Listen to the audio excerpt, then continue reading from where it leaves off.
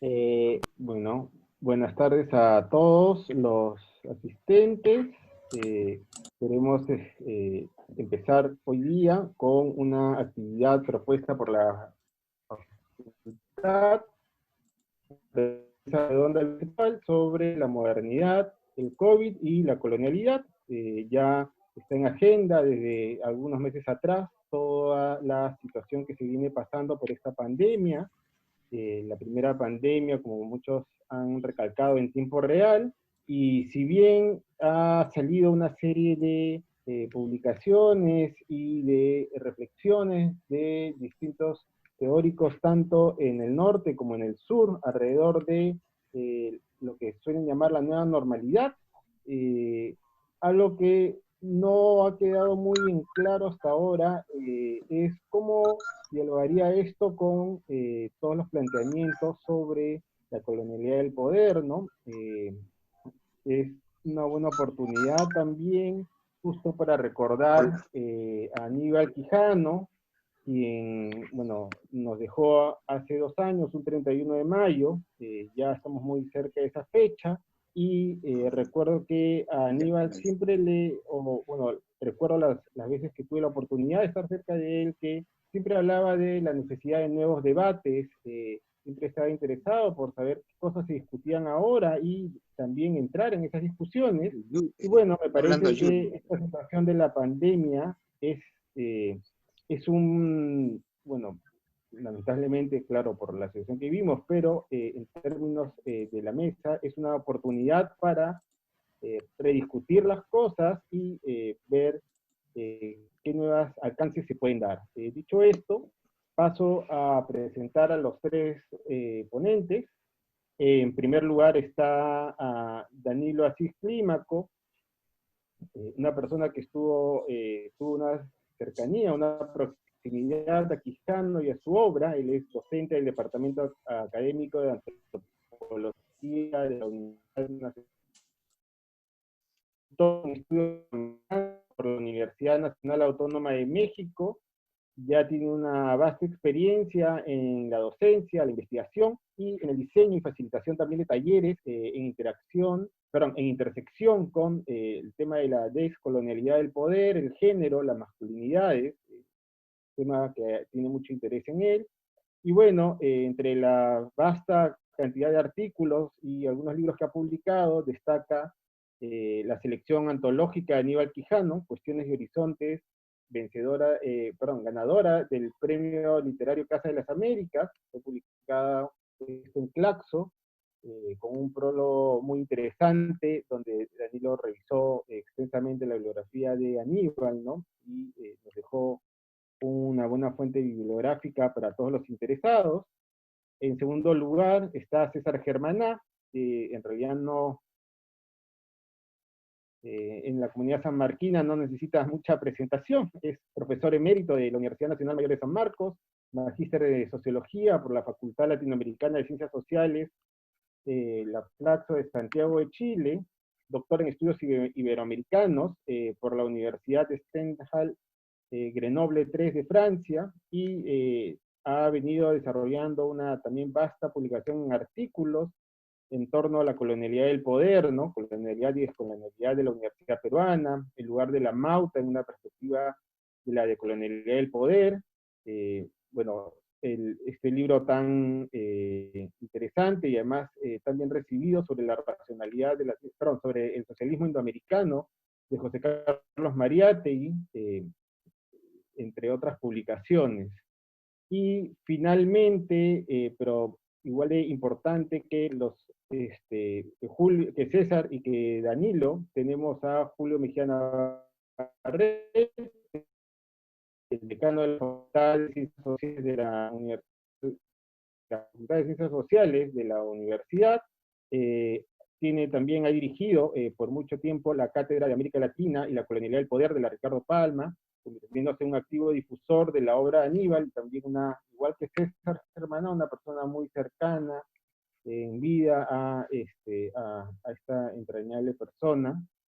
Y bueno, entre sus diversos artículos y libros, destaca entre los más recientes América Latina, Modernidad y Conocimiento, así como la coordinación y la edición del libro Descolonialidad y Buen Vivir, que publicó la Universidad Ricardo Palma, ya unos 6 años, en base a uno de los múltiples actividades que se hacía en la cátedra, ¿no? Bueno, no me extiendo más, le doy pase entonces primero a Danilo para escuchar sus apreciaciones.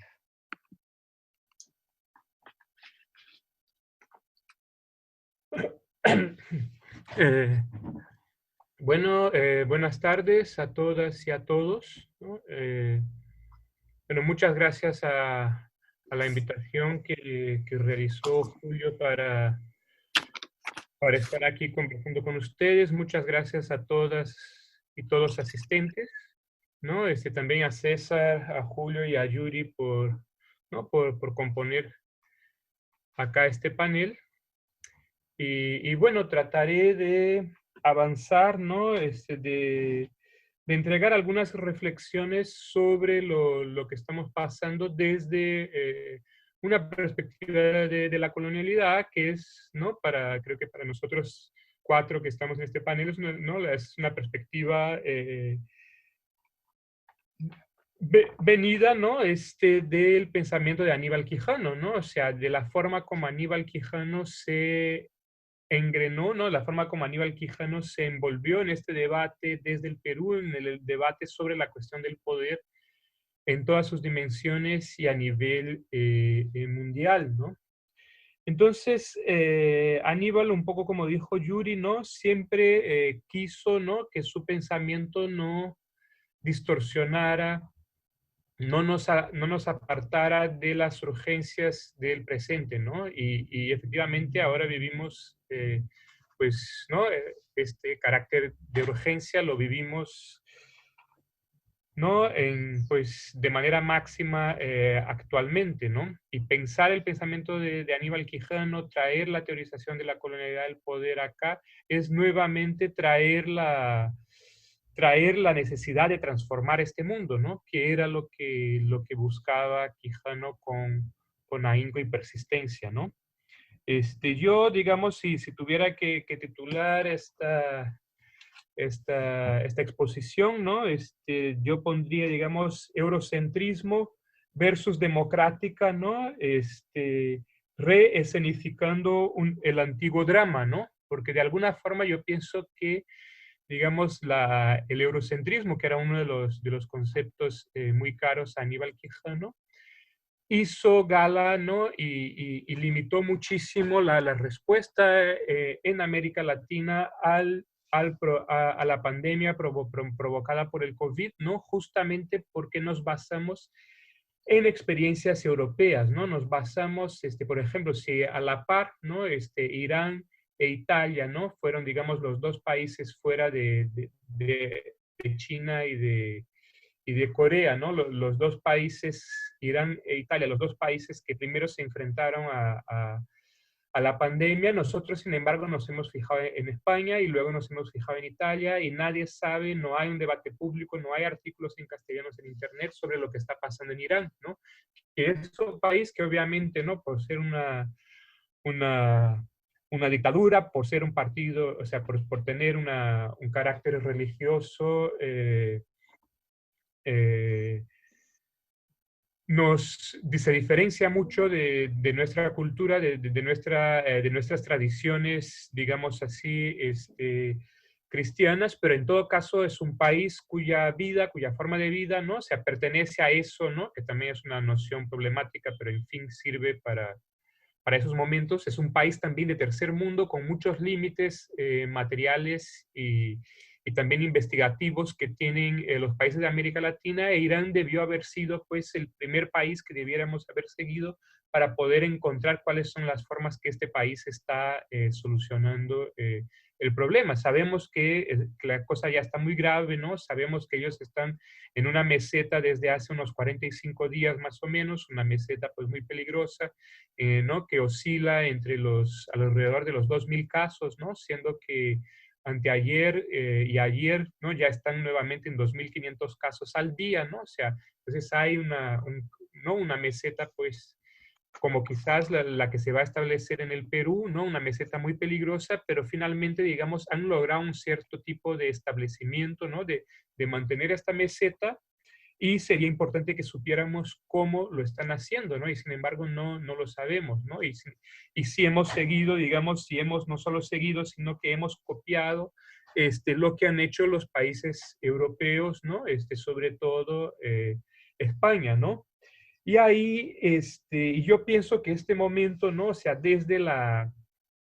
para pensar, ¿no? O sea, desde la perspectiva de la colonialidad del poder, lo más importante que nos toca ahora eh, es hacer, ¿no? Es hacer y generar algún tipo de, o sea, todo tipo posible de solidaridad que podamos encontrar, ¿no? Es el momento, ¿no? Es el momento que podemos hacer que solo a través de una amplia solidaridad vamos a lograr salir de este momento trágico en que nos encontramos en el Perú y en América Latina, fortalecidos, ¿no? O sea, efectivamente, como alguien dijo recientemente, no recuerdo el nombre del intelectual acá en el Perú, algo que fue muy, que me pareció muy acertado, ¿no? O sea, que habremos salido perdido, ¿no? En el embate contra el coronavirus vamos a perder, esto es seguro, ¿no? Va a ser demasiadas cosas que vamos a perder, y sin embargo, digamos, podemos salir con dignidad y fortalecidos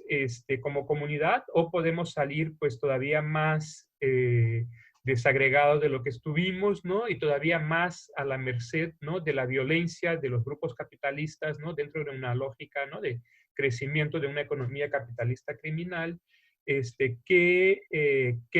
nos va a tener a nosotros y a nosotras todavía más fragilizados, ¿no? Y todavía más capaces de que el nuevo normal sea igual al antiguo normal, pero todavía más violento y todavía más intenso de lo que ha sido hasta ahora, ¿no?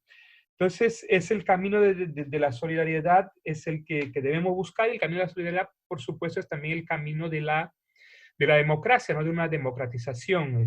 Bueno, y yo lo que pienso, ¿no? O sea, yo pienso que hemos perdido en América Latina y en el Perú también en especial, porque el Perú fue el país que logró una mayor cuarentena en toda América Latina, ¿no? Yo creo que hemos perdido mucho tiempo esperando que la cuarentena fuera suficiente para detener el coronavirus, ¿no? Nos agarró a todos de sorpresa, ¿no? Yo ahora justo estaba viendo una conferencia de Frédéric Keck, ¿no? Que es un antropólogo francés que ha estudiado en los últimos años la forma como Corea y China venían preparándose para futuras epidemias, ¿no? Entonces él tiene todo, ¿no? Todo un trabajo, ¿no? Que va desde las personas que observan aves hasta el sistema de vigilancia sanitaria en los países, ¿no? Él veía, ¿no? Como en los hospitales, en las ciudades de Hong Kong, igual que acá en el Perú, tenemos nuestros, ¿cómo se llama? Nuestros eh, alarmas antisísmicos, ¿no? O sea, que simulamos, ¿no? Hacemos el simulacro de un antisismo, de un sismo, ¿no? Allá en Hong Kong hacían simulacros de pandemia, ¿no? O sea, ¿qué ocurriría, ¿no? Si llegara ¿no? Empezar a llegar toda una serie de enfermos a un hospital, cómo los médicos deben portarse, cómo deben portarse las enfermeras, todo el personal del hospital, etcétera, etcétera, ¿no? Entonces, él analizó todo esto, ¿no? Y escribió un libro y presentó el libro a finales de enero en Estados Unidos, ¿no? Y todos ellos presentando el libro ahí a finales de enero, tratando de este tema, sabiendo que ya existía el COVID ya estaba diagnosticado, ya se sabía que estaba la crisis, y sin embargo todo el mundo, ¿no? Europeos y estadounidenses allá como si no fuera con ellos, ¿no? Y él mismo lo dice, yo en enero todavía, a finales de enero yo todavía creía que no era con nosotros el asunto, y él era un experto en estos temas, ¿no? Entonces, efectivamente, si él que era experto, ¿no? No se dio cuenta de lo que pasó, imagina pues la gran mayoría de la gente que no lo éramos, ¿no? Y en este sentido, pues yo creo que no, entre el miedo, ¿no? El no saber qué hacer, yo creo que hubo una parálisis general de las sociedades América Latinas, y funcionó, ¿no? Funcionó justo nuestro acto reflejo, que es copiar Occidente, ¿no? O sea, copiar Occidente, copiar Europa, ¿no? Y tratar de hacer aquí lo que ellos estaban haciendo allá, ¿no? Y yo, lejos de mí de criticar la cuarentena en sí mismo, yo creo que la cuarentena fue el mejor paso, ¿no?, que se pudo haber dado, ¿no? Y me uno a las personas que lo han propuesto y que lo defienden.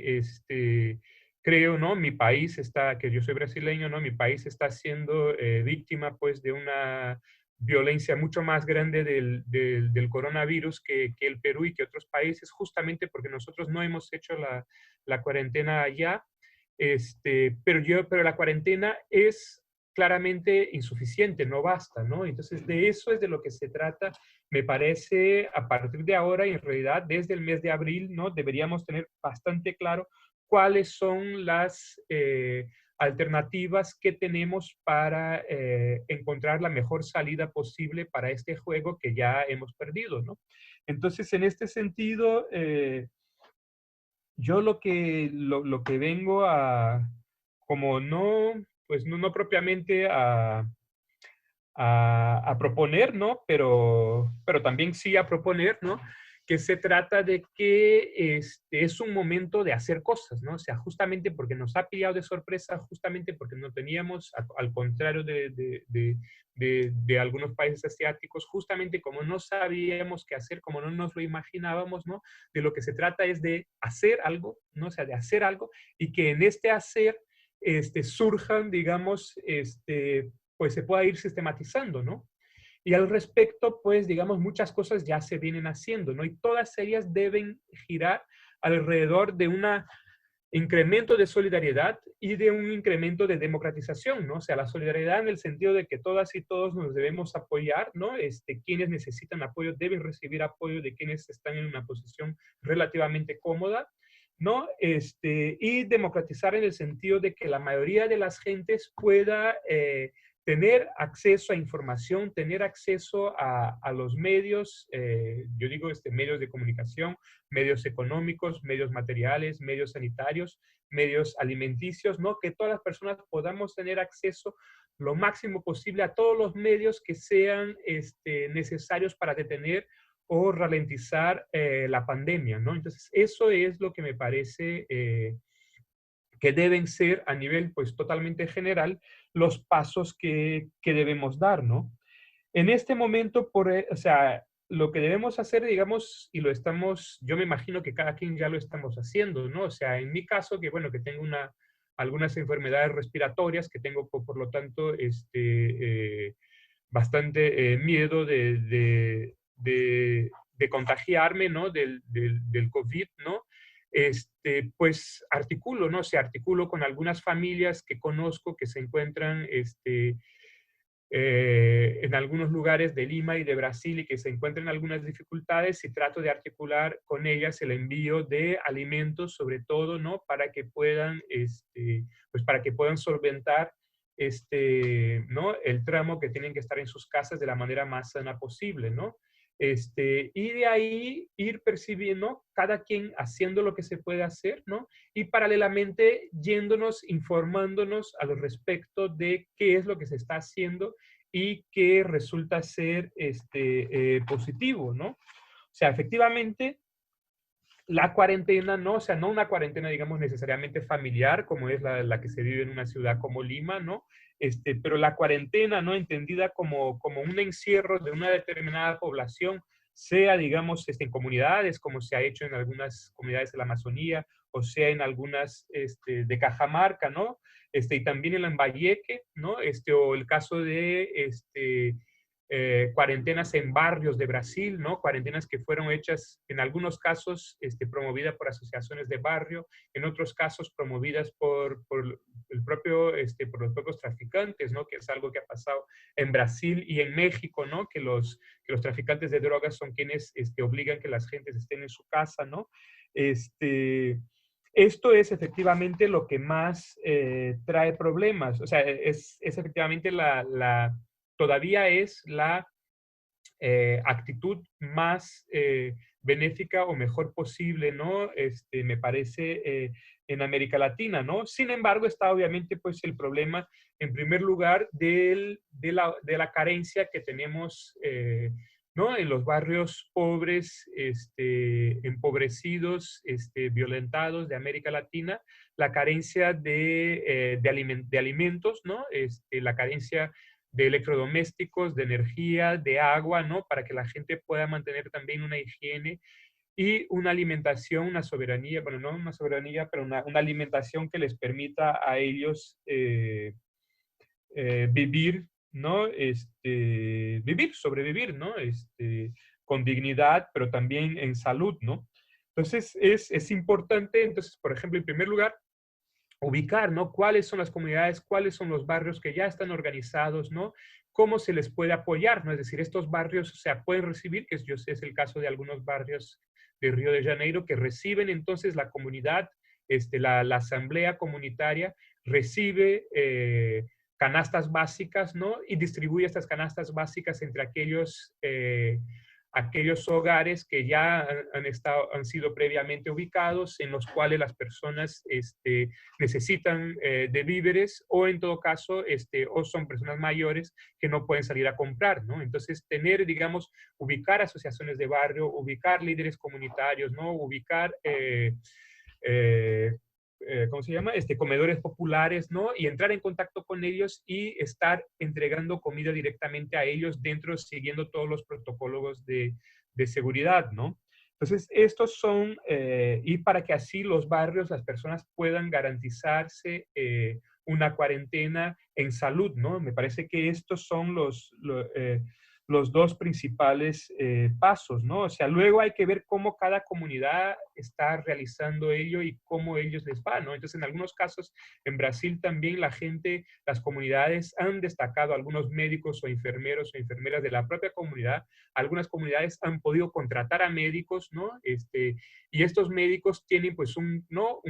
Un diagnóstico, ¿no? De las casas, saben dónde están las casas, saben quiénes viven en las casas, ¿no? Saben que si hay alguna persona enferma, tienen que ir allá a verla, atender a la persona enferma, ¿no? Tienen protocolos, ¿no? De que la persona debe quedarse en la casa, que si hay alguien en la casa que debe salirse, porque, ¿no? Porque, ¿no? Pensemos, por ejemplo, un joven que está infectado y entonces hay que hacer que la abuela, ¿no? Que vive en la casa tenga que irse a otra casa, o el joven tiene que irse a otra casa, ¿no? Entonces hay todo ese tipo de experiencias que están teniendo resultados que son significativos, ¿no? Entonces hay comunidades en Río de Janeiro que se prepararon, que tienen un menor nivel de muerte, de incidencia de la enfermedad que otras comunidades, ¿no? Entonces todo eso hay que estarse comparando y hay que estar incidiendo todas estas cuestiones en un debate, ¿no?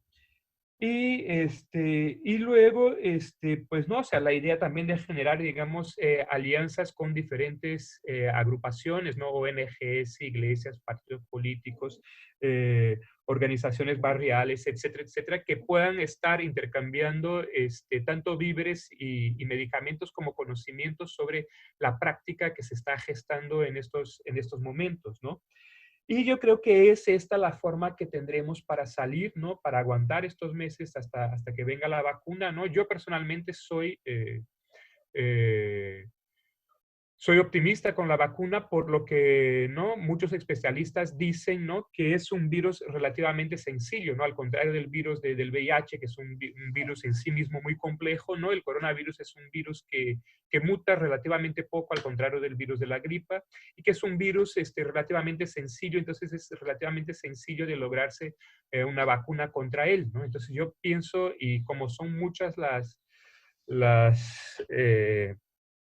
los experimentos que se están realizando, ¿no? O sea, hay como una idea global de que va a demorar 12, 18 o 24 meses para salir la vacuna, ¿no? Pero yo creo que eso es algo que se dice más para contener, digamos, la emoción de las gentes, pero es muy probable que este año todavía tengamos la vacuna, ¿no? Entonces vale mucho la pena hacer un enorme esfuerzo en este momento para que preservar el mayor número posibles de vida y preservarnos en salud, ¿no? Este, y bueno, creo que eso, ¿no? O sea, luego también para cerrar un poco, también hay que pensar algunos países de África que están realizando con bastante, aparentemente con éxito, la cuestión de la pandemia, ¿no? Senegal parece ser el más importante, que consta a día de hoy solamente con 3.000 casos y 30 muertes, ¿no? Senegal ha dispuesto, o sea, no ha tenido una cuarentena, pero parece que la cuarentena no ha sido tan severa como la cuarentena peruana, por ejemplo, pero ha habido una cuarentena, pero sobre todo desde el primer momento hubo eso que yo pienso que nos hemos dormido. Y cuando yo digo, nuevamente, por si acaso, yo digo que yo también me he dormido, yo también tenía la esperanza que la cuarentena bastara, ¿no? Pero digamos, en Senegal también desde el principio se empezó a pasar a liderazgos comunitarios, delegar a ellos la capacidad de tomar decisiones sobre qué hacer en cada uno de sus barrios, ¿no? Entonces se generó pues toda una serie a lo largo de todo el país de agentes de salud, ¿no? O sea, agentes de salud sean gente que ya tenía una formación técnica o universitaria en salud, pero también gente que se capacitó ad hoc, ¿no?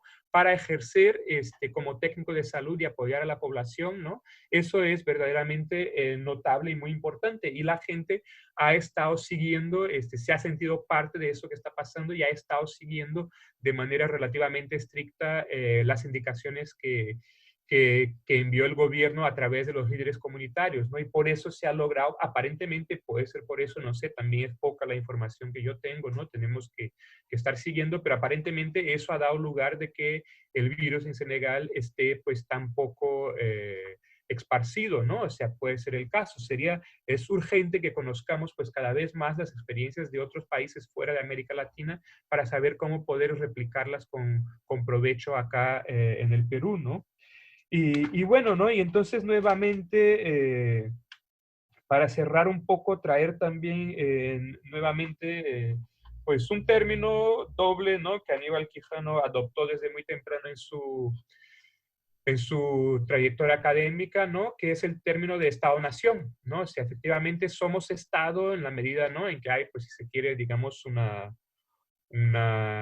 constitución que garantiza, ¿no? Un territorio para algo así como una nación, ¿no? O sea, somos un Estado en este sentido, hay una constitución, ¿no? Hay un conjunto de leyes que legisla, etcétera, etcétera, etcétera, ¿no? Pero la cuestión de la nación para Aníbal Quijano es una otra cosa, ¿no? Es decir, la cuestión de la nación es, ¿no? O sea, al contrario de algunas personas, ¿no? Que tienen pues una noción, quizás sea lo más normal, ¿no? La idea de pensar la nación desde una lógica o bien economicista, ¿no? En el sentido de que la nación es lo que nuestras élites nos han engañado, haciendo creer que nosotros éramos iguales entre nosotros, ¿no? O no, entonces, digamos, en realidad la nación es meramente derivada de la lógica económica que ha impuesto un control por parte de unas élites sobre un determinado territorio, ¿no? Y por otro lado está la visión culturalista de que no, somos una nación porque compartimos una historia en común, tenemos muchas cosas en común, una cultura en común, ¿no? Etcétera, etcétera, etcétera, ¿no? Para Aníbal Quijano no es ni una cosa ni otra, ¿no? Para Aníbal Quijano la cuestión de la nación es la capacidad que tenemos las gentes de poder tomar decisiones dentro de este espacio territorial, ¿no? Que se confunde con el Estado, ¿no? O sea, esto es, digamos, o sea, esto sería la nacionalización, ¿no? La nacionalización para Aníbal Quijano es hacer que todo aquello que ocurre en este Estado, ¿no? Pase por la decisión, por la acción de las gentes, por la capacidad de las gentes de tomar una decisión y por la capacidad de las gentes de hacer que esta decisión valga, ¿no? Entonces, yo ahora recientemente, ¿no? Escuchaba, o sea, bueno, o sea, lo vi claramente en el texto de dos personas amigas, ¿no? Pero también lo he estado viendo como en otros lugares, ¿no? Que es la idea, digamos, de que, ¿no? El Estado peruano ha perdido, pues, en salud, el Estado peruano ¿no? Está sufriendo décadas y décadas de descaso en el ámbito de la salud, ¿no? Y que hay que construir un Estado sobre la marcha en este momento, etcétera, etcétera, ¿no? Y yo digo, pues, que en todo caso, en un segundo lugar hay que construir un Estado, ¿no? En primer lugar, hay que construir una nación en este sentido que decía Aníbal Quijano, ¿no? O sea, es constituir la capacidad de las gentes para poder tomar decisiones y poder llevar a cabo esas decisiones que las gentes tomamos a través de qué, ¿no? A través de la información, a través de tener un control sobre las cosas que se hacen, sobre los bienes materiales, sobre los bienes no materiales, sobre aquello que se denomina como naturaleza, etcétera, etcétera, ¿no? Entonces yo pienso que en ese sentido, digamos, hay que toda esta lucha que debemos hacer en favor de la solidaridad, en favor de la democratización para poder vencer la pandemia, debe ser la construcción de la nación, ¿no? Porque si no lo hacemos, nuevamente vamos a encontrarnos pues expuestos pues a las peores formas del capital, ¿no? Deberíamos salir de esta pandemia fortalecidos en tanto sociedad, en tanto gente que se conoce, que se reconoce, que se estima y que tiene pues la confianza de que podemos trabajar en conjunto y de que podemos llevar el país o nuestros países latinoamericanos hacia rumbos más enriquecidos humanamente y en términos de toda la vida, no solo humana, ¿no? Bueno, esto es un poco lo que quería decirles, y bueno, muchas gracias, y ya. No sé. Ok, gracias, Danilo. Vamos a dar paso ahora a César. eh, eh, a ver, para escuchar sus comentarios, su punto de vista.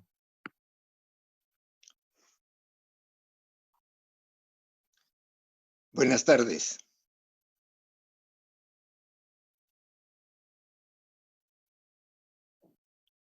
Bueno, ¿me escuchan? Sí, César, sí, sí, se te escucha. Sí, me escuchan. Bueno, buenas tardes. Me con mucho participar en esta mesa redonda virtual, ¿no? Y citar a la Facultad de Ciencias Sociales por esta iniciativa, ¿no? Y le agradezco mucho al doctor Julio Mejía que me haya invitado para participar con amigos de muchos años en la discusión, en el análisis de lo ocurriendo en la actualidad, ¿no? Creo que las ciencias sociales se nutren de las crisis. En los momentos de crisis es en donde los científicos sociales somos capaces de entender la lógica del desarrollo de una sociedad, cómo está organizada y cómo se transforma, sus problemas, sus dificultades. Estamos viviendo un periodo histórico excepcional. Nunca antes habíamos padecido algo equivalente. Se trata de un momento en donde confluyen tres crisis pesadas. La crisis raigal del patrón histórico de poder colonial, moderno, eurocentrado, como lo definía Aníbal Quijano. La crisis climática, y a esta crisis se le agrega la crisis sanitaria producida por el virus COVID-19.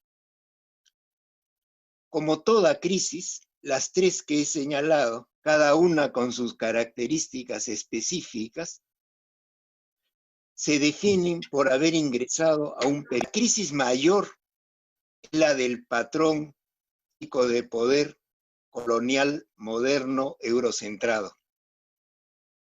Esta estructura de las relaciones de poder surgió en 1492 con la conquista ibérica de lo que después se va a llamar América, como una forma sui generis, como una forma muy particular de organización de la vida social. Y este patrón ha dominado el planeta hasta el día de hoy. Se ha basado en el capitalismo como forma de organización de las relaciones de trabajo, en el Estado-nación como forma de organización de las relaciones de autoridad, el patriarcalismo como forma de relación de género, y en la explotación de la naturaleza. Desde fines de la década de 1960, este patrón histórico de poder ha venido afrontando ciertas demandas que no ha sido capaz de resolver. Demandas como el decrecimiento de la tasa de ganancia, la desgratización y desnacionalización del Estado-Nación, el cuestionamiento del patriarcalismo por los movimientos feministas, el cambio climático. Y estos cuestionamientos han llevado al patrón de poder a un punto de bifurcación, a partir del cual se ha visto la realidad del surgimiento de otras formas de organización de la vida social que pueda resolver esos desafíos. La crisis ecológica se presenta como una catástrofe que está llevando a la destrucción todas las formas de vida, incluyendo la vida humana que existe en el planeta.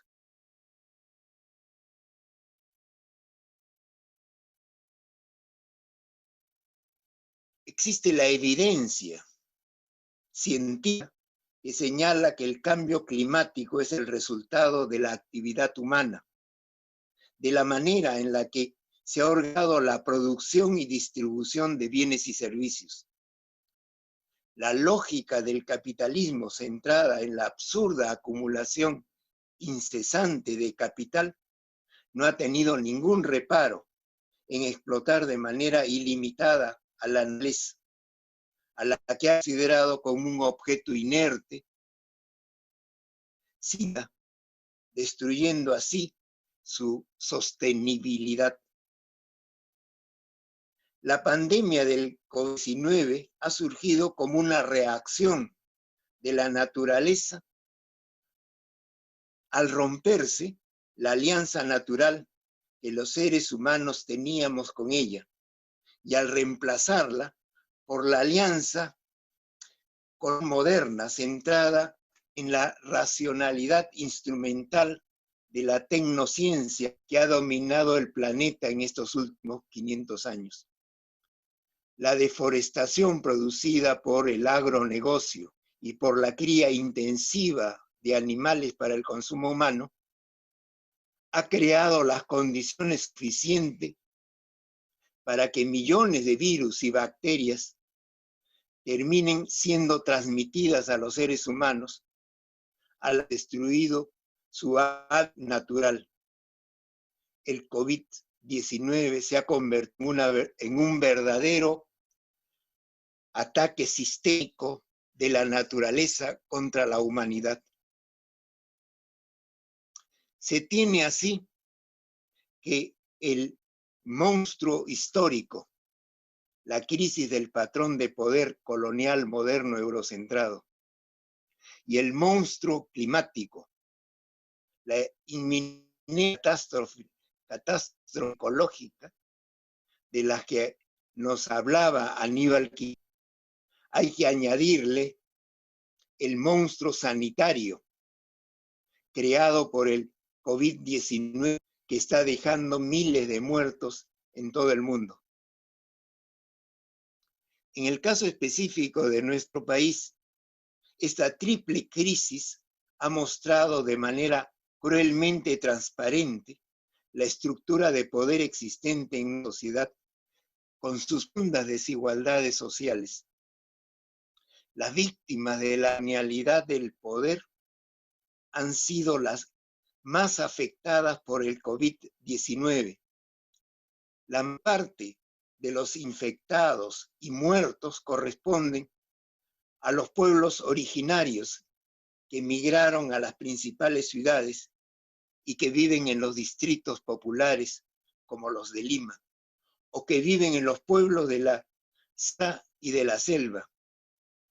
La situación de los pueblos de la selva es crítica. No son afectados solo por el COVID-19, sino sufren otras epidemias de las que los medios de comunicación no le dan la suficiente importancia. la desnutrición, la malaria, el dengue, chikungunya, hepatitis. No se les da la importancia requerida porque corresponde a las poblaciones históricamente marginadas. Como había señalado al inicio de esta presentación, la crisis significa desorganización y transición. Se desorganiza porque ya no puede resolver problemas que se le plantea y se transita hacia otras formas de organización de la vida social. Tendríamos que preguntarnos cuáles son las alternativas que se abren a las crisis estructurales que estamos viviendo. Es cierto que la crisis sanitaria provocada por la pandemia del COVID-19 es terrible, pero será superada.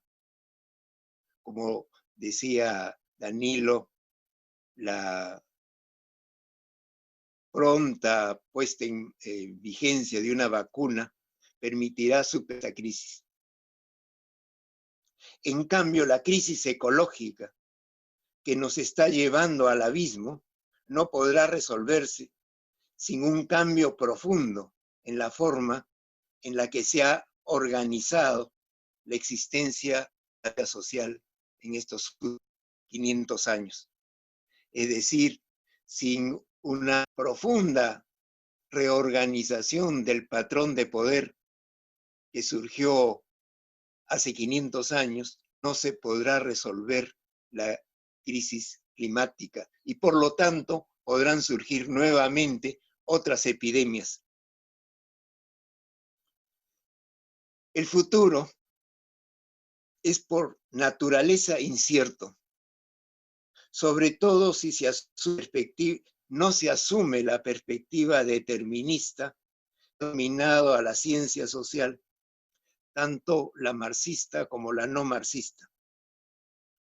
Y la incertidumbre es aún mayor cuando se vive en un periodo de transición como el que nos encontramos, donde toda la estructura de poder que se construyó hace 500 años se está desmoronando y otra que todavía no conocemos está surgiendo delante de nosotros.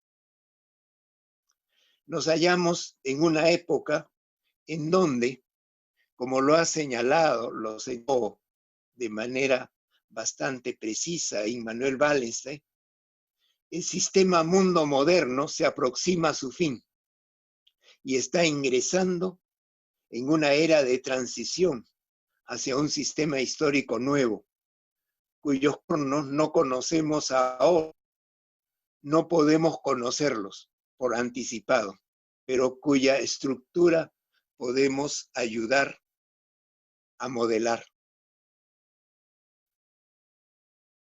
Si bien no podemos predecir el futuro, sí podemos, en cambio, reflexionar en términos intelectuales, morales y políticos sobre el mundo que queremos ayudar a construir. Esto es valorar moralmente hacia dónde queremos que se dirija. Juzgar políticamente cómo lograr que llegue más fácilmente a donde queremos que debiera dirigir. El futuro se nos presenta como una responsabilidad de todos nosotros.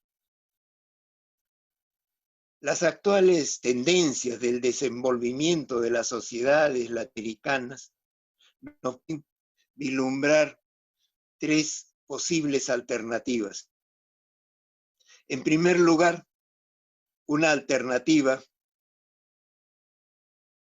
está dada por la profundización de la reprivatización del poder.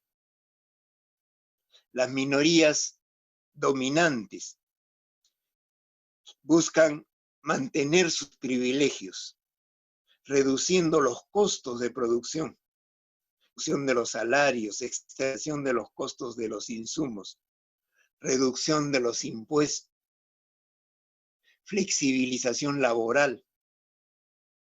En términos ideológicos, corresponde al neoliberalismo promovido por el Foro Económico Mundial de Davos, y en términos políticos, al consenso de Washington, implementado por el Fondo Monetario Internacional y la Organización Mundial de Comercio.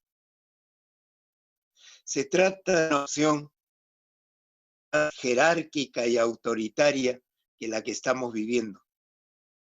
La actual vigilancia digital a propósito de la pandemia del COVID-19, que sea esto en los países asiáticos, también en Europa y Estados Unidos,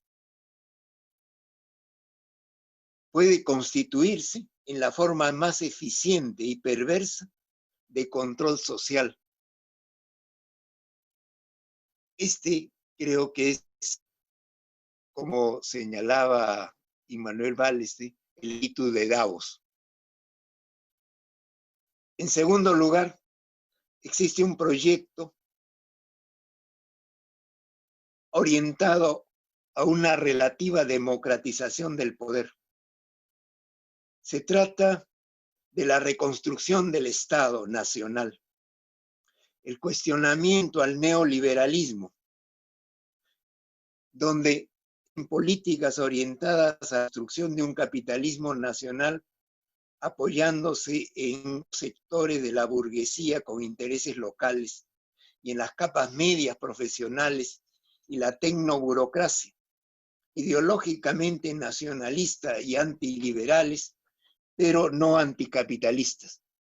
El extractivismo minero, agrícola, urbano, constituye la forma de garantizar la acumulación del capital nacional. Creo que esta opción va a tener un apoyo importante aparte del papel del fracaso del neoliberalismo y del mercado para afrontar la pandemia del COVID-19 y la necesidad de fortalecer el Estado que había sido abandonado por el neoliberalismo. Y la tercera opción, que es quizá la única alternativa para salvar al planeta de una catástrofe ecológica y por lo tanto salvarlo también de posibles nuevas epidemias, es la descolonialidad del poder. Constituye un horizonte histórico de sentido que se orienta en la perspectiva del buen vivir. Aníbal Quijano lo definía con bastante precisión como un complejo de prácticas sociales orientadas a la producción y a la reproducción democráticas de una sociedad democrática. Esta propuesta se encuentra en los movimientos de los pueblos originarios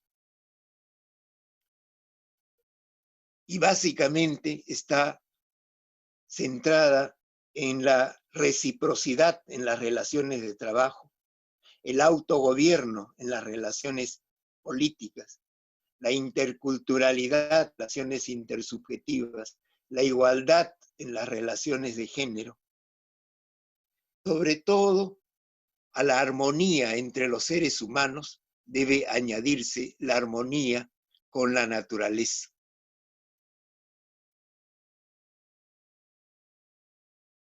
Durante miles de años, los pueblos originarios de nuestro continente han vivido armónicamente con la naturaleza. Y creo que esta es la única vía posible para un nuevo orden social que permita una sociedad más democrática e igualitaria. El reencantamiento del mundo que la modernidad, colonialidad había desencantado, creo que es el horizonte histórico de futuro que permitirá orientar un nuevo orden social. Esta perspectiva corresponde al espíritu de Porto Alegre, en la medida en que Porto Alegre fue el inicio del Foro Social Mundial, de que otro mundo es posible. En conclusión,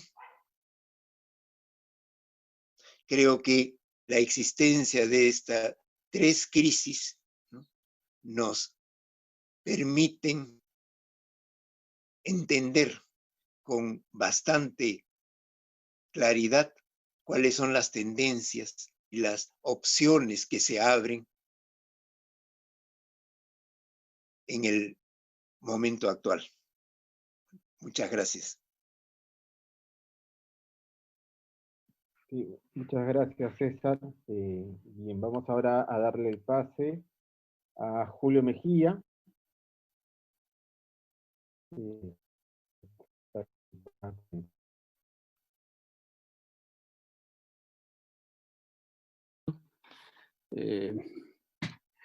También agradecer al público, a todos y a todas que se han hecho presentes hoy. Creo que tratar este tema de modernidad, Q19 y colonialidad es fundamental. Lo que yo voy a exponer tiene que ver con las tendencias que de alguna forma se vienen dando en la propia sociedad. La crisis del COVID-19 creo que expresa y exponencia las tendencias propias de la modernidad. Aquí sí quiero citar a Walter Benjamin porque me parece que lo expresa en toda su dimensión. Él dice que no existe documento moderno de cultura que no sea a la vez de barbarie. Modernidad y barbarie van juntos. Creo que modernidad y colonialidad es parte de un único sistema. El COVID es parte de este proceso. También quiero aunarme al homenaje de nuestro amigo, compañero, maestro, Aníbal Quijano, muerto hace 2 años, el 31 de mayo del 2018. Yo voy a centrarme en mi exposición en 2 aspectos. Uno en términos globales y luego en términos de los impactos en el Perú. Porque parece importante, de alguna manera, en términos pedagógicos, distinguir estos dos niveles. Y quiero comenzar señalando de que hay un incremento de la inferiorización de las personas, de la pobreza, de la precariedad y de la desigualdad en el mundo. El COVID nos ha desnudado, si ustedes quieren, en términos de lo que es la modernidad. Quiero aquí partir de una idea que me parece importante. Creo que si antes del COVID éramos un mundo muy desigual, la modernidad era muy desigual. Un autor norteamericano decía que 7 personas controlan la mitad de la riqueza mundial. 7 personas. Para los 7.000 restantes, ¿cierto? La otra mitad, imagínense ustedes. Era un mundo donde de alguna manera se había controlado la pobreza, como en el caso de Perú, había disminuido la pobreza. En otros países incluso la pobreza se había limitado, como es el caso de Chile. Sin embargo, creo que la epidemia nos está mostrando que vamos a hacer un mundo de súper rico, de 7 súper ricos, de repente menos, de 7 súper ricos en un mar de pobreza. en un mar de pobreza de la manera más cínica. A ese mundo creo que nos estamos enfrentando. Creo que la pandemia, en forma definitiva, ha acabado con la diferencia entre los países desarrollados y los países pobres. La pandemia nos ha dado a todos por igual, ¿cierto? Estados Unidos, Europa, América Latina, ¿cierto? Sin embargo, la pandemia también ha seguido esta huella desigual en los países del mundo. Si bien nos ha homogenizado, porque a todos nos afecta la pandemia, sin distinción, nos ha hecho, si ustedes quieren, que la diferencia que estableció Frank Fanon entre países del norte y países del sur, o como él lo denominaba, zona del ser y zona del sur, haya desaparecido con la pandemia. Y creo que esta es una tendencia. Cada vez más el sur global está presente en el norte como en los países más pobres. Eso es la pandemia. Basta citar algunos datos para tener en cuenta esto. No es una casualidad que en ciudades como Nueva York, otrora capital del mundo, ¿cierto?, la mayor cantidad de muertes sean de hispanos y de negros. Puedo citar los datos incluso. La mayor cantidad de muertos por la pandemia sean hispanos y negros. No es ninguna casualidad, los más pobres, los más desiguales. En Río de Janeiro, que nuestro amigo Danilo conoce, la diferencia entre los barrios más ricos y los más pobres, la favela, la diferencia es de 13 veces. 13 veces. Quiere decir que estamos en un mundo profundamente desigual. ¿Y eso tiene que ver con qué?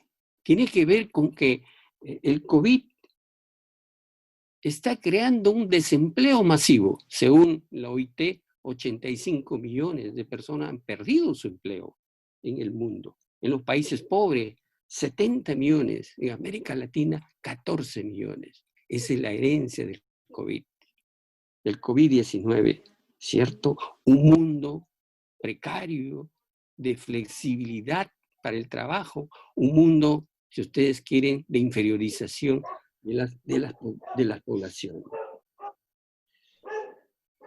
En términos de la pobreza, las instituciones globales como la CEPAL o el Fondo Monetario Internacional dicen que en el mundo la pobreza va a aumentar en 70 millones, el Banco Mundial, ¿cierto?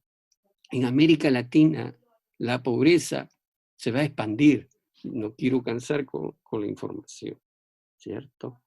En general, ¿cierto? Como decíamos, nos estamos conformando como una sociedad de grandes ricos, de poquísimos ricos, en un mar de pobreza.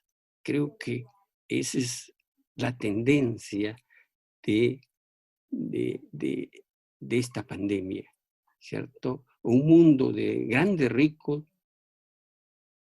amurallado, por supuesto, en un mar de poblaciones clasificadas como inferiores y a veces sin derechos y por lo tanto deshumanizadas.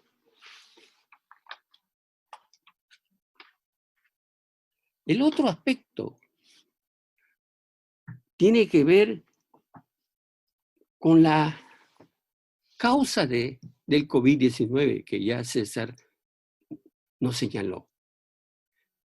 La causa que originó, ¿cierto?, la expansión de esta pandemia es la ruptura de ese equilibrio en la formación de la Tierra que un medioambientalista inglés, Lovelock, lo mostró hace ya varias décadas. Este equilibrio entre lo físico, lo químico y lo biológico se ha roto hace tiempo, precisamente por la destrucción de la naturaleza desde hace 500 años por la mortalidad. Actualmente tenemos la tasa de mortalidad de seres vivos la más alta que la tasa natural, 100 veces más alta que la tasa natural. Se calcula que de los 8 millones de especies de animales y vegetales, 1 de cada 8 está amenazada. Y es probable que en los próximos 80 años la mitad de especies va a desaparecer de la Tierra. Quiero recordar algo. Antes de la pandemia, se desarrollaron a lo largo del mundo gigantescos incendios en toda la selva amazónica de Sudamérica, ¿cierto? Brasil, Bolivia y Perú. Gigantescos incendios, que culminó con los grandes incendios de Australia, ¿cierto? Gigantescos incendios, que redujeron el hábitat de los animales. Estos gigantescos incendios, sobre todo el de Australia, tradujeron una mortandad que a veces ha pasado desapercibida. Murieron 1.000 millones de animales, 1.000 millones de animales, no estoy diciendo 5, 1.000 millones de animales, por estos grandes incendios en Australia. A veces quisiéramos decir, ¿de qué nos quejamos? Los investigadores más importantes, precisamente, muestran que la causa del COVID es resultado de que ha saltado de los animales a otros animales y de ahí a los seres humanos. Porque los animales durante miles de años han desarrollado virus y también anticuerpos. Pero al reducir el hábitat de los animales, se han vuelto vulnerables. Y los virus han saltado a otros animales y han saltado a los seres humanos. Y parece que esa es la trayectoria del COVID-19 que se originó precisamente en el sur de China.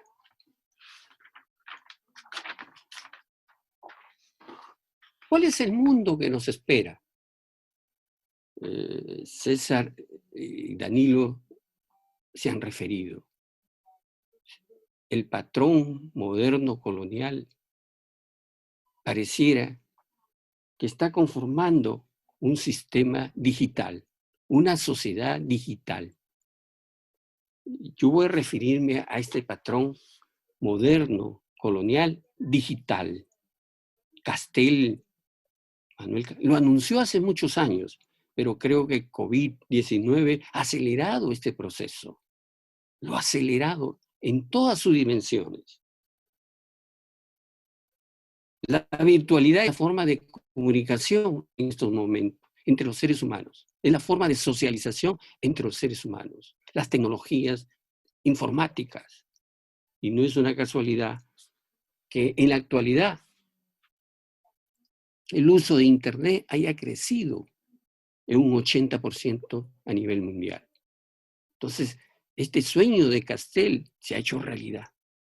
Pero sin embargo, el desarrollo de la virtualidad está trayendo nuevas herramientas de vigilancia y control individual. En China, en Israel, que habían sido probadas ya por los servicios de inteligencia, ahora se vuelven contra la sociedad. Celulares de reconocimiento facial, celulares que toman la temperatura, ¿cierto? Que permiten seguir a las personas en forma individual, chips, sobre pretexto de controlar la pandemia. Estamos volviendo a un panóptico mundial. La diferencia con el panóptico tradicional, que esto era exterior al ser humano. Ahora, por el miedo a la pandemia, los propios individuos son los que quieren el control y la vigilancia. se está desarrollando, si ustedes quieren, una autosupervisión y un autocontrol. Ese es el mundo que se viene, donde los propios individuos somos los que buscamos que nos controlen, como muestra la pandemia. La tercera característica que quiero mostrar de este mundo digital es que estamos frente a un proyecto global de barbarie cultural que permite la relegitimación del racismo, de este discurso racial. Y quiero citar a una fecha. Esa fecha tiene que ver con la elección del presidente Donald Trump en Estados Unidos, el 20 de enero de 2017. Quizás dimensión de su mensaje y su discurso, dimensión mundial. Incorpora en su discurso desde el Estado el racismo. Incorpora una epidemia violenta que pone en cuestión la humanidad de la población y pone en cuestión también la crisis climática. Un contenido de amenaza, de xenofobia, racialización, misógino, patriarcal y antinaturaleza. Nuevo con la epidemia, bueno, de algunos años, pero que la epidemia está exponenciando. Es el uso de robots en las redes. Manuel Castel señala que estos robots informáticos ocupan las redes, transmitiendo y modificando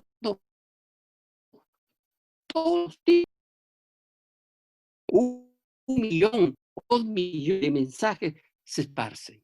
Y es probable que la elección de Bolsonaro y del mismo Donald Trump habían sido elegidos bajo estas formas. La separación de Inglaterra de la Unión Europea también. Entonces estamos en un mundo de robots informáticos que lo que buscan es el crear individuos poco educados, mal informados y enteramente sometidos y dominados o inferiorizados. Ese es el mundo que podemos heredar del COVID-19. En general, podemos decir que asistimos a un mundo, como decía Bauman, a una modernidad sin modernismo. Modernidad porque se va a extender esta modernidad digital, que ya está más extendida con todo lo que conocemos, con la muerte de la naturaleza y la inferiorización de los seres humanos. Quiere decir, la modernidad se extiende con su otro lado, con el lado oscuro, con el lado bárbaro, con el lado de la colonialidad. La promesa originaria de un mundo justo que se hicieron los fundadores de la modernidad ha quedado atrás o ha desaparecido. Esa es la herencia de este COVID-19, acelerar esos cambios o esas tendencias que de alguna manera ya venían expresándose en la sociedad. ¿Cuál es el impacto en el Perú de la pandemia? Aquí quiero partir también de un supuesto, de una idea. Los datos muestran que la pandemia en el Perú son muy graves. Los datos muestran que la pandemia se ha extendido de manera muy grave, pero sin llegar a los extremos catastróficos de otros países. Y aquí viene la segunda parte de la idea que quiero presentar. Sin embargo, pareciera que la situación socioeconómica puede ser catastrófica, calamitosa. Voy a citar algunos datos rápidamente para darnos cuenta de eso. En el Perú, la pandemia, el número de contagiados pasa a los 100.000. más de 3.000 muertos. No hemos llegado a los casos extremos, catastróficos. Estados Unidos, Brasil, Italia, Ecuador. Las tasas de letalidad de Estados Unidos es de 6%, de Brasil 6.4%, de Italia 14.2%. El caso del Perú se sitúa 2.9%.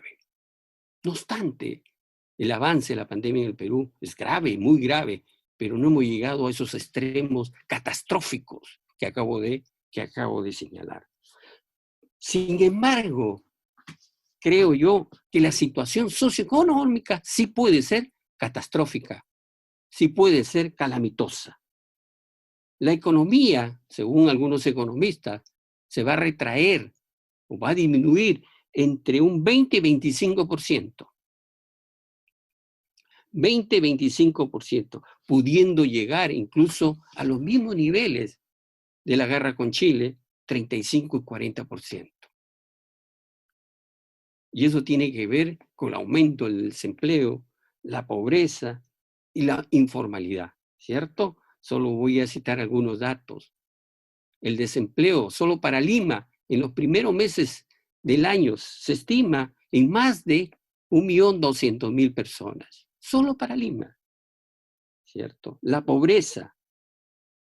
Es probable que, según los datos del INEI del 2019, se sitúan alrededor del 20.2%. Esto se extiende al 25%.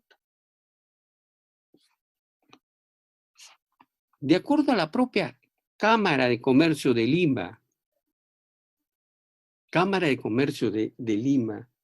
señala que la población vulnerable en el Perú se sitúa alrededor del 34.5%, las clases medias bajas, que pueden volver a ser pobres.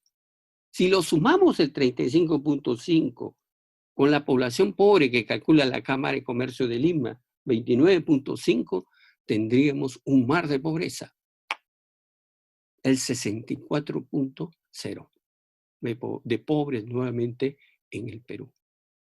Por eso decía que sin ser grave, no obstante que son graves los datos de la pandemia, creo que la situación socioeconómica puede ser catastrófica. Con todo lo que ello significa. Otro punto que me parece importante destacar es la relación entre las políticas públicas y el COVID-19. Creo que esto expresa claramente en el Perú la separación del poder global y la política local. El poder local que sigue la distribución mundial del capital, mientras que la política es local, corresponde a las instituciones del Estado. Quizás una expresión de ella, de este manejo de la política local, sea la debilidad del sistema de salud, ¿cierto? Ahora podemos decir que se expresa claramente en más de 1.000 médicos contagiados, 26 médicos muertos, ¿cierto? Es la realidad del país. Sin embargo, creo que hoy, bueno, eso se ha venido acumulando los 30 últimos años, la infraestructura de salud, los recursos de salud, se ha venido acumulando hasta llegar a esos niveles de pobreza en la salud. Sin embargo, creo que hoy la política local se concentra en el manejo del orden interno.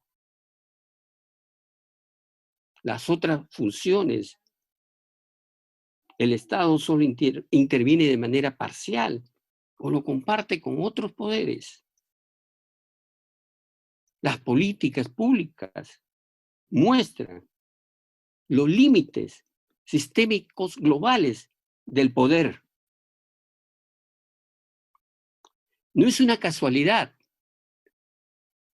que las políticas públicas contra el coronavirus en el Perú sigan la distribución mundial del capital, como diría nuestro amigo Danilo, de manera eurocéntrica. Se centran o están definidas por las transferencias de recursos. Siguen los modelos de Estados Unidos, de Alemania y de otras partes del mundo.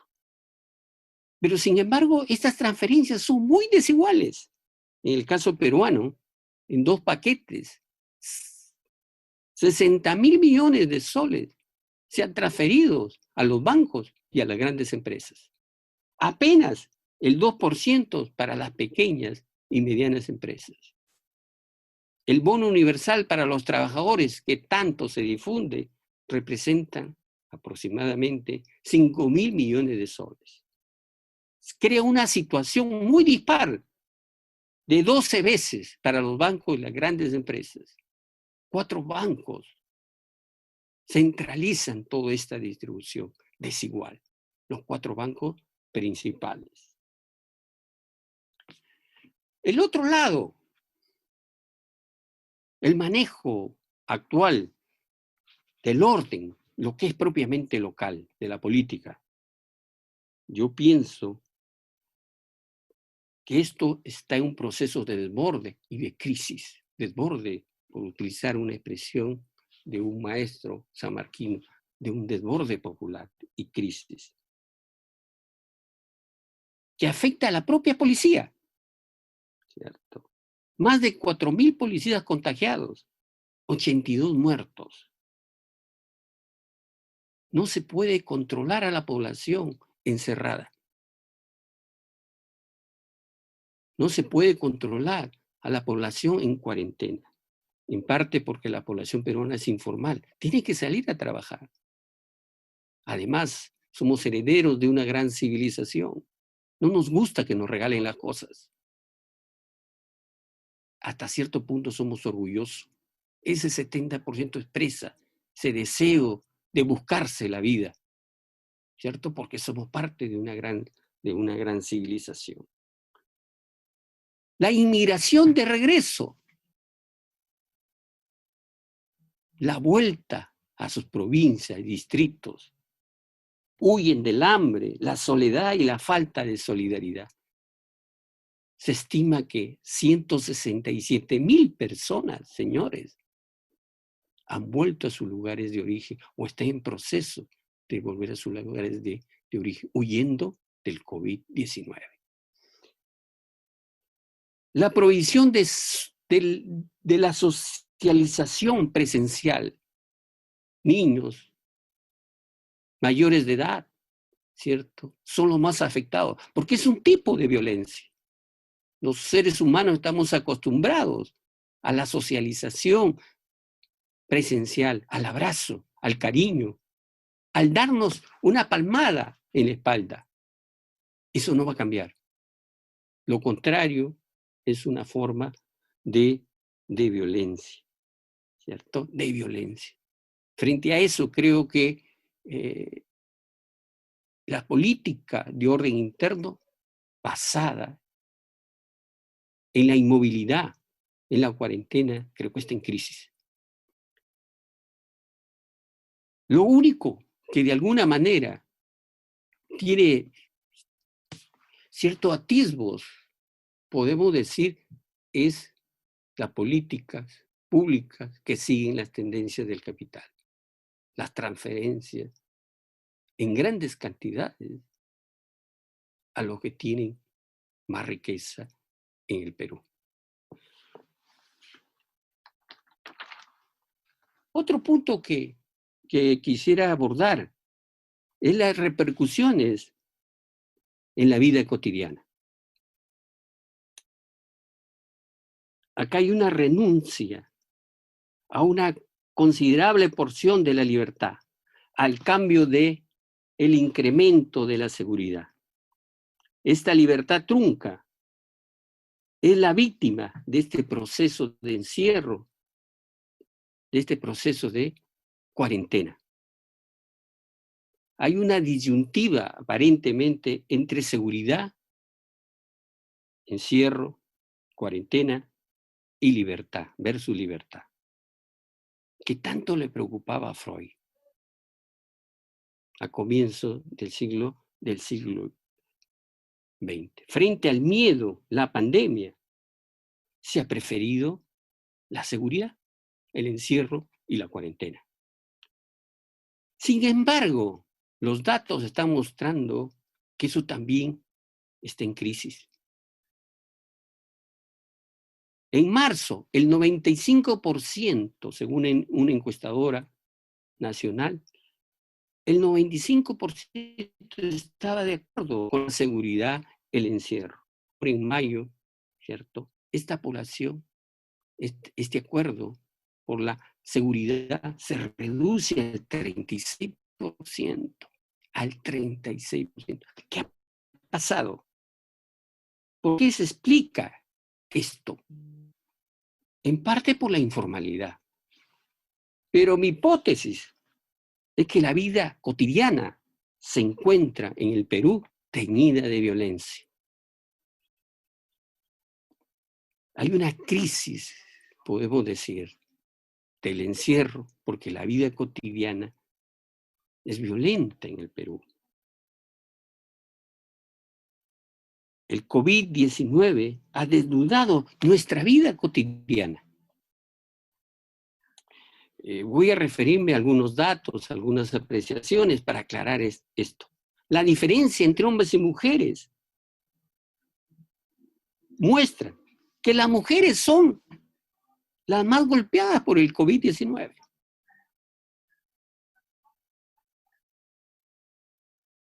Principalmente son las que realizan el trabajo doméstico, por más colaboración del hombre. Estoy hablando en términos mayoritarios. Por más colaboración del hombre, las tareas recaen hasta ahora principalmente en las mujeres. Las mujeres se encuentran en la primera fila del personal médico. Son las mujeres, en forma mayoritaria, los que están en primera fila contra el COVID-19. Las actividades más afectadas, comercio, las mujeres representan el 26%, los hombres el 13%. En los servicios, las mujeres representan el 44%, los hombres el 37%. Violencia contra las mujeres, pérdida de empleo. El Centro de Emergencia de la Mujer muestra que en las últimas semanas se ha incrementado la violencia contra las mujeres. En la línea 100, la ministra Montenegro, el 1 de abril, señaló que esta línea registró 5.418 llamadas sobre violencia contra las mujeres, 538 de agresión grave, 25 casos que merecieron un refugio temporal.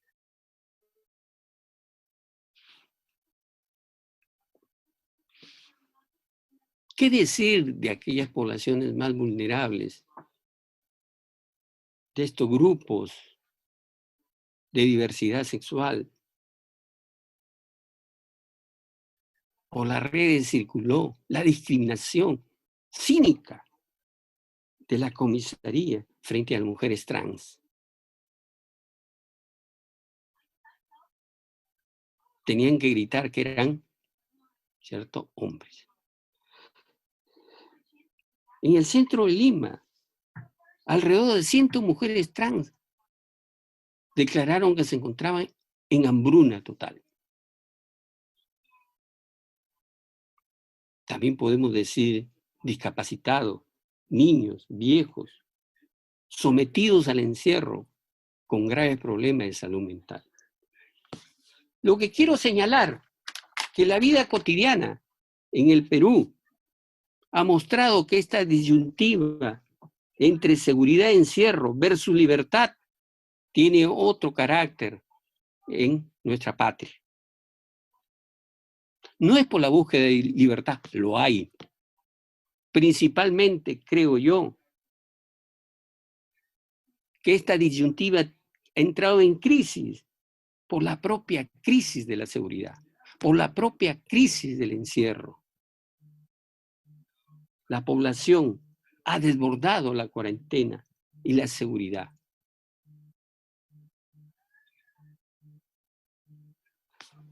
En el Perú. Para terminar, en conclusión,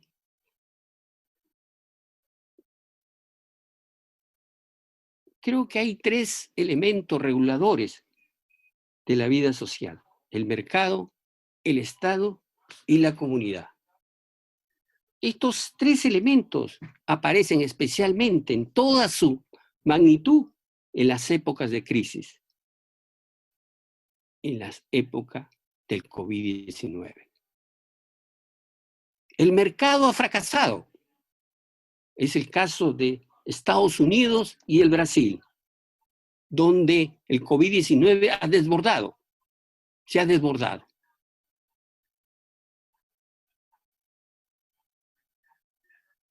En Estados Unidos coexiste la mejor medicina tecnológica del mundo. ¿Para quién puede pagarla? Para la población, una medicina de pobres, ¿cierto? Una medicina mediocre. Hasta hace poco en los hospitales cobraban $3,000 por un test de coronavirus. Eso ha fracasado.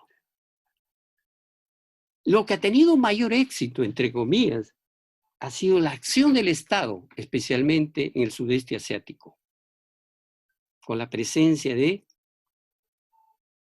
China, que ha logrado controlar el COVID-19. Sin embargo, lo ha hecho con formas no democráticas, formas verticales, de control, supervisión individual de las personas, con las tecnologías informáticas. El control, ¿cierto? La supervisión individual. Eso nos muestra que el Estado puede ser en el siglo XXI una herramienta, pero sin embargo tiene estos límites de que nos acerca a este lado de la verticalidad o a este lado despótico propio de regímenes como la China. El otro elemento es la comunidad. Es la dimensión siempre presente en las grandes crisis y ahora el COVID-19. Aunque invisibilizada y no tomada en cuenta por las políticas públicas, lo que antes se llamaba la sociedad civil. En el Perú, las organizaciones vecinales, las rondas, las comunidades, las asociaciones de pobladores, permiten un control de la población, es verdad, sin anular la libertad para salir a trabajar. A veces, como en Oxapampa, vigilan a los enfermos en forma individual. Se trata aquí de una presencia activa de la comunidad en el control del COVID-19. Quizás por aquí esté un atisbo de solución para las mayorías, donde las transferencias, como decíamos, muestren los límites propios del sistema. Mi hipótesis es que en el Perú no se ha desbordado el COVID-19 a niveles extremos, como en otras partes del mundo, pese a la crisis del encierro, pese a la crisis de la cuarentena, por el papel activo de las comunidades.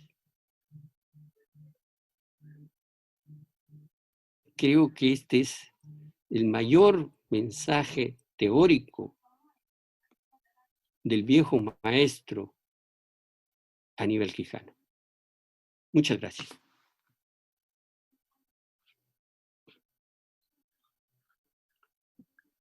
Okay, muchas gracias, Julio. Bueno, hasta aquí hemos visto ya tres perspectivas distintas alrededor de lo que se ha planteado en el tema en torno a la modernidad, la colonialidad y el COVID. Danilo ha tratado de introducir problemáticas de otros territorios del sur global, cómo ellos han ido generando algunas y la solidaridad y la democratización. César Germaná ha regresado sobre esta mirada de la crisis del patrón de poder, ha llegado a ver algunos elementos en torno a esta, recalcando la crisis sanitaria y algunas alternativas, como bien dijo, no solamente es una cuestión de desorganización, sino también de alternativas, de nuevas emergencias, de posibilidades. Y finalmente Julio también nos ha acompañado con una reflexión, ha tratado de en torno a elemento digital en el patrón de poder, ¿no? Y todas sus expresiones y manifestaciones, pero también un barrido sobre lo que nos espera en esta sociedad de poder, así como lo que está ocurriendo en la vida cotidiana,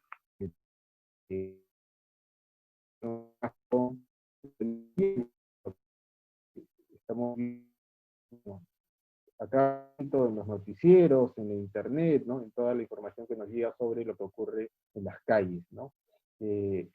Agradecer la participación de César, de Julio, de Danilo. Es la primera vez que estamos probando este medio a través del Zoom para las conferencias.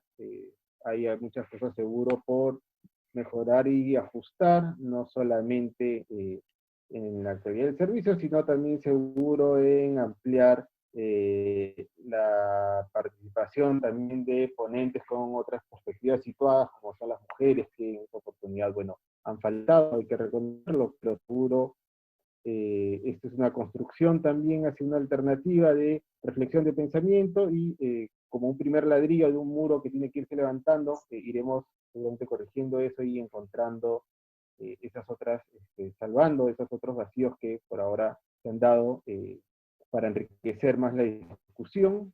No sé si alguno de ustedes desea decir algo final, algún último comentario, o si no, para ir cerrando. Había alguien que escribió una pregunta, pero con honestidad se me cerró el Zoom y se reconectó y la perdí.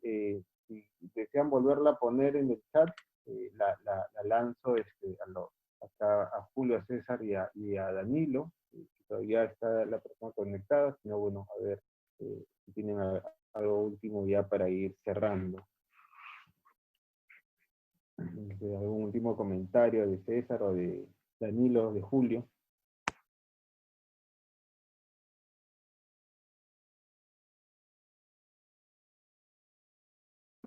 Julio, tu micro, tienes que prenderlo. Les decía quizás destacar el papel que debe cumplir la Facultad de Ciencias Sociales. Como señalado tú, Yuri, creo que esto es el inicio de un proceso largo. En ese sentido, creo que el pensar desde las ciencias sociales, de alguna manera, debe llevar a mejores posibilidades para enfrentar el COVID-19. Sí, muchas gracias, César, y gracias a todas las personas presentes, lo mismo que a César Germaná y a Danilo Clímaco. Muchas gracias. A ver, ahí acá justo ha llegado la pregunta, ¿no? Dice, a ver si uno de los tres se anima, ¿no? Una consulta para todos los ponentes.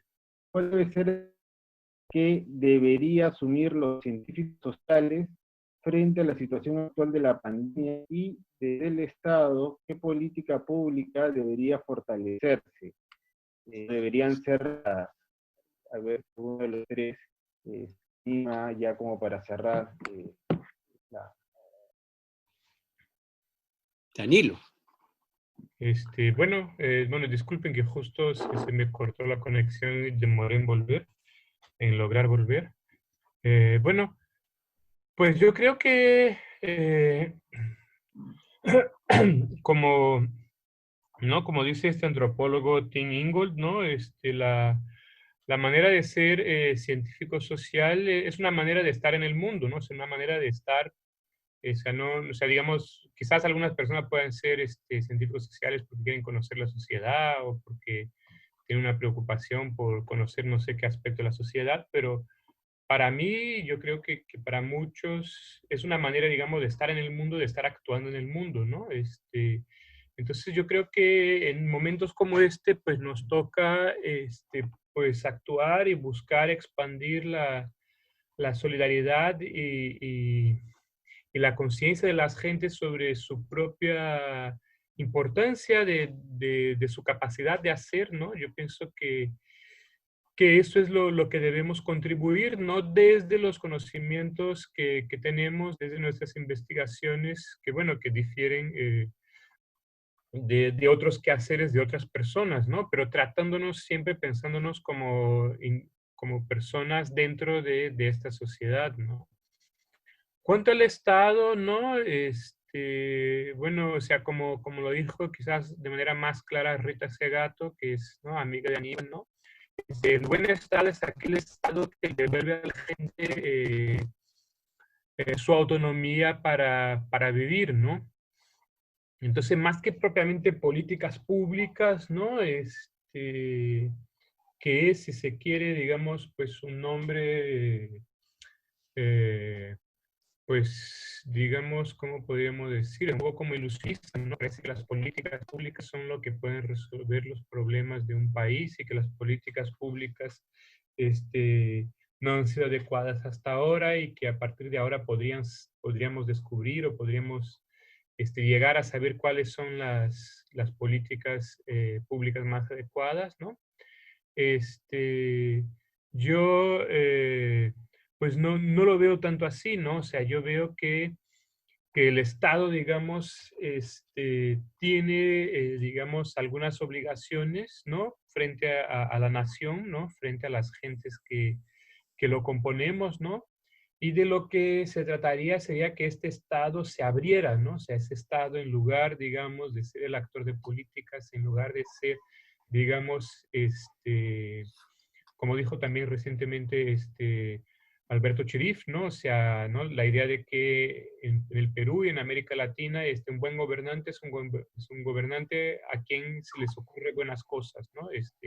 Y no es así, ¿no? Digamos, ¿qué sería un buen gobernante? O sea, el buen gobernante es aquel que, pues en términos zapatistas, ¿no? El que manda obedeciendo, ¿no? El que sabe escuchar, el que sabe, estar en diálogo con las gentes, ¿no? Y el que sabe también, a partir de su posición de autoridad, informar, delegar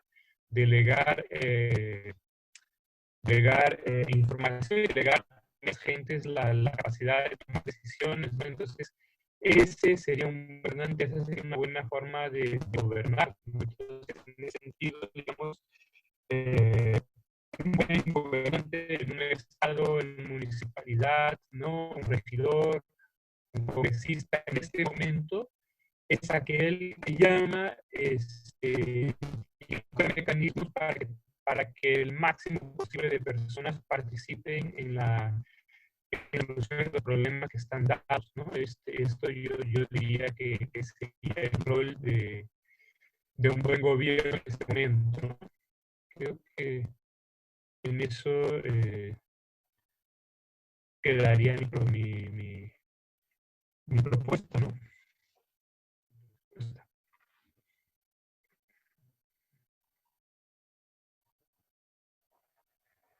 César, no sé si estás hablando, pero no te escucha. Habría que...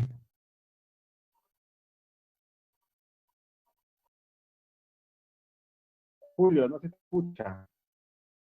Tu micro está cerrado, Julio. Ya. Yo respondo. Bueno, lo que tendría que señalar aquí es lo que he afirmado en la última parte, a manera de conclusión de lo que he expuesto. Creo que las políticas tienen básicamente tres orientaciones a nivel global. Un carácter, ¿no? Las que privilegian el mercado, que son las que han fracasado, dejar hacer, dejar pasar. Quizás el caso más evidente de esto es el presidente brasileño Bolsonaro, que llamó a la pandemia pues una gripita sin importancia, ¿cierto? Entonces, el resultado de eso es pues la generalización de la pandemia. El otro caso importante es la intervención estatal. Es el caso más claro de la China aquí, que ha tenido un éxito. Pero un éxito basado en el control individual de las gentes. Un éxito basado en un Estado despótico. Es un éxito, es cierto, pero un éxito que nos arrastra hasta el lado bárbaro. Yo apuesto por la comunidad. Creo que, como hemos dicho, es el lado invisibilizado. Si hay algo que permite una resistencia en todas las grandes crisis, ha sido el papel de la comunidad. El papel de la comunidad no es recogido en las políticas públicas, lamentablemente, y las menos en las actuales, ¿cierto? Lo que antes decíamos se llama la sociedad civil. Creo que si no hemos llegado a niveles extremos de la pandemia es precisamente por las comunidades, por el papel invisible, silencioso de las comunidades, ¿cierto? Los barrios, en las asociaciones de pobladores. Allí hay una política pública. Creo que desde ahí se puede no solo construir el país, sino desde ahí se puede intentar hacer algo mejor. Muchas gracias.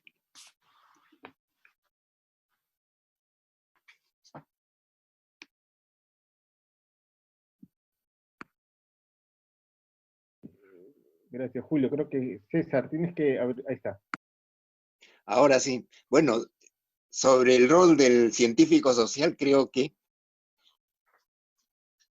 necesario ir más allá de los acontecimientos.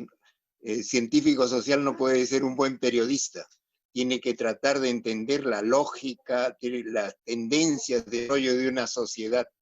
Eso creo que es una tarea fundamental, pero orientado dentro de la perspectiva de lograr una transformación social. No puede entenderse la realidad tal como, si es que esa realidad tal como es, no se le compara con lo que debe ser. Entonces, ¿qué tipo de sociedad queremos? Y cómo llegar a esa sociedad. Y en cuanto al Estado, pienso que lo fundamental es una creciente socialización del poder, ¿no?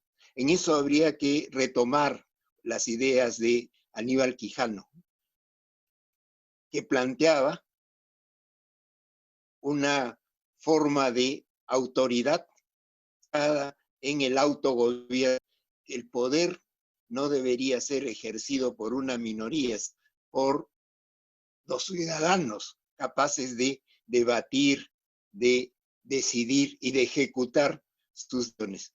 Entonces, el Estado como tal debería ir disolviéndose en esas formas de autogobierno comunitario, ¿no? En el sentido que lo planteaba Julio. Bueno, eso era lo que quería decir. Ok, listo. Muchas gracias, César. Había una última pregunta acá. Me parece que es más para Danilo, pero bueno, a ver, lo dejo abierto a todos. Dicen, ¿qué estrategias o medidas organizativas deberían tomarse para que la cuarentena sea más humana y efectiva en lo que respecta a las comunidades andinas y amazónicas? sé si alguno, a ver, de los tres se anima.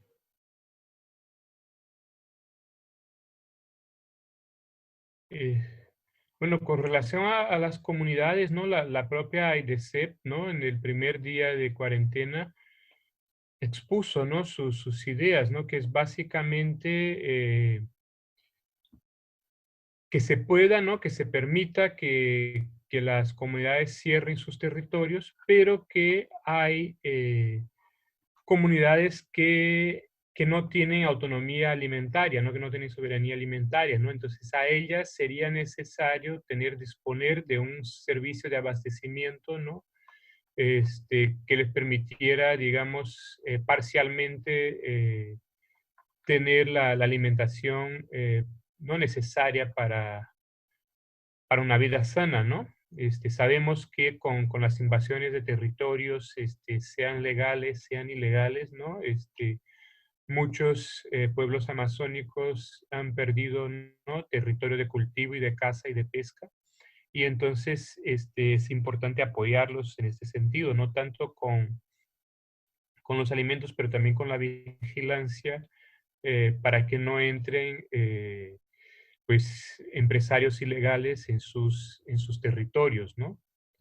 Y digamos, pues una vez más lo que yo dije al principio, ¿no? Es el diálogo y la confianza con las comunidades y con las y los líderes de las comunidades, ¿no? Esto es lo que me parece lo más importante, ¿no? Porque digamos, todos los meandros locales, ¿no? Las fortalezas y las debilidades de las comunidades las conocen las gentes que ahí viven y digamos, y sus líderes, ¿no? En tanto las personas que, digamos, más capaces de una gerencia, ¿no? Han sido elegidos por ello. Entonces el diálogo con los líderes, ¿no? Que es algo que, por ejemplo, que queda muy claro con el caso de la Amazonía, ¿no? No hay un interés por parte del gobierno de conversar con las y los líderes de las comunidades, ¿no? O sea, por más que desde el día 1 de la, de la epidemia los líderes amazónicos lo solicitaran, no han sido recibidos por el gobierno, ¿no? Que es pues el caso clásico de la comunidad, ¿no? Es decir, ¿no? Los pueblos indígenas son menos, ¿no? O sea, son menos que el resto del pueblo que está occidentalizado, urbanizado, ¿no? Y por lo tanto emblanquizado, ¿no? Y son los sujetos con los cuales el gobierno y el Estado-Nación en general tradicionalmente ha dialogado o ha sentido que son los sujetos con los que debe dialogar, ¿no? Y los demás pues son considerados, siguen siendo considerados como una subhumanidad, ¿no?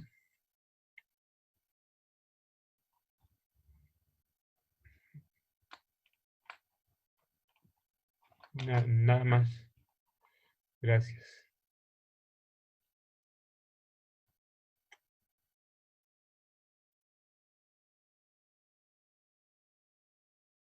No sé, Julio, algo o no, sino para ya era todo por habernos acompañado, por las preguntas y los comentarios, por las sugerencias, o a los comentarios sobre todo para enriquecer estas iniciativas en lo que siga adelante en este año que la universidad se está volviendo altamente virtual, justo en relación a lo que decía Julio hace un rato. Vamos dando entonces por concluido y ya estaremos avisando en su oportunidad a través de la página de la universidad si hay otro evento similar, esperando volverlos a tener a todos presentes. Yo me despido y a nombre de la universidad, y bueno, no sé si algún ponente quiere decir algo más o aquí ya lo... Yo quisiera volver a agradecer la presencia de todas y todos, ¿no? A Yuri, a César y a Julio por participar de la mesa e invitarme. Ha sido pues un gran gusto haberlos escuchado. Muchísimas gracias. Yuri, yo también quisiera agradecerles porque de alguna manera vuelvo a la universidad después de 2 años de Virtualmente. jubilado, virtualmente a la universidad. Es un gran gusto, después de haber pasado 45 años allí, es creo una gran alegría. Muchas gracias por la invitación y que sigan adelante estas mesas redondas virtuales. Yo me sumo al agradecimiento a todos los presentes. También quiero señalar, César Germanazzi, mi maestro, y para mí es un honor que esté presente en esta mesa redonda. Con Danilo Asís Clímaco, lo conocí en las reuniones de la cátedra América Latina y la Colonialidad del Poder que dirigió nuestro amigo y maestro Aníbal Quijano. O sea, tenemos una amistad teórica, podemos decir, académica, ¿cierto? De alguna forma somos discípulos de Aníbal Quijano. Creo que él se sentiría contento si estuviera presente en esta mesa redonda. Muchas gracias a todos.